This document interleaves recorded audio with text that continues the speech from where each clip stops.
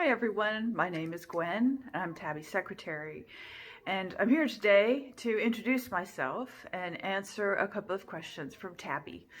The first question is, what's my favorite tarot deck? Well, I did try to be fair. I did think for a couple of minutes about what other decks I had, other decks that I love, other decks I really enjoy working with, but I just would be betraying myself and everything I stand for if I didn't choose the Thoth Tarot, because I absolutely love it. It's just a fascinating deck, and I'm always discovering new things about it. I love working with it, and every now and then I give it a break and use other decks, and when I go back to it, I just think, oh, that's better. So it has to be the Thoth Tarot. I absolutely love it. And tell us about a card that is meaningful to you or special to you. Now, I drew a card for this because I couldn't think of one that I couldn't think of one off the top of my head. So, as usually happens with the tarot, when you do something like that, you get a surprise, but then you also get that "oh yes" moment. And so, what's fascinating about this is that when I first saw it, I thought, "oh, the Holy Grail," and the thing is that when I was 11, maybe 12, I absolutely fell in love with King Arthur, Knights of the Round Table, all the stories about the Holy Grail, and they've been a part of my life since then.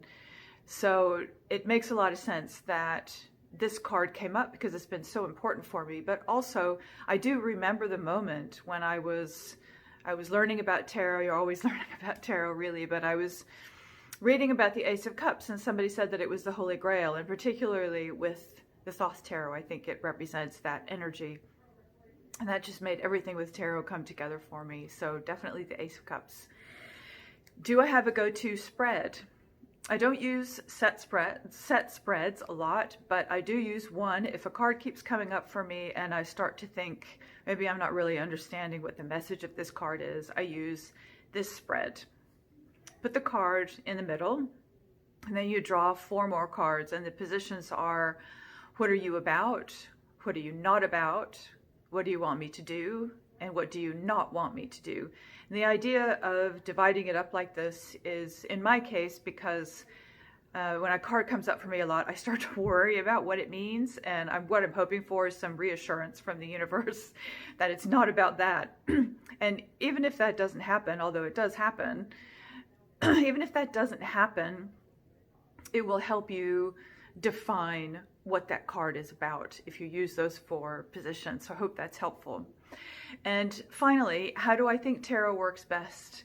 Well, I think tarot works best as a way for us to get back in touch with our intuition, with our spiritual side.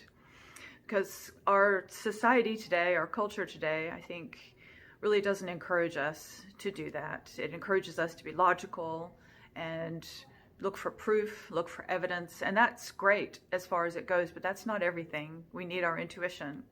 And I think tarot trains us to get in touch with that, to be open to that.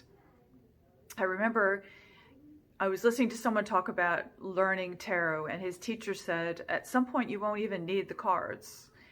And I thought that was an interesting way to teach tarot, kind of making tarot something much vaster than the deck. And I don't think there'll ever be a time when I don't use tarot, because I just love working with it so much, but I really enjoyed that idea. So how do you think the tarot works best? Let us know in the comments below.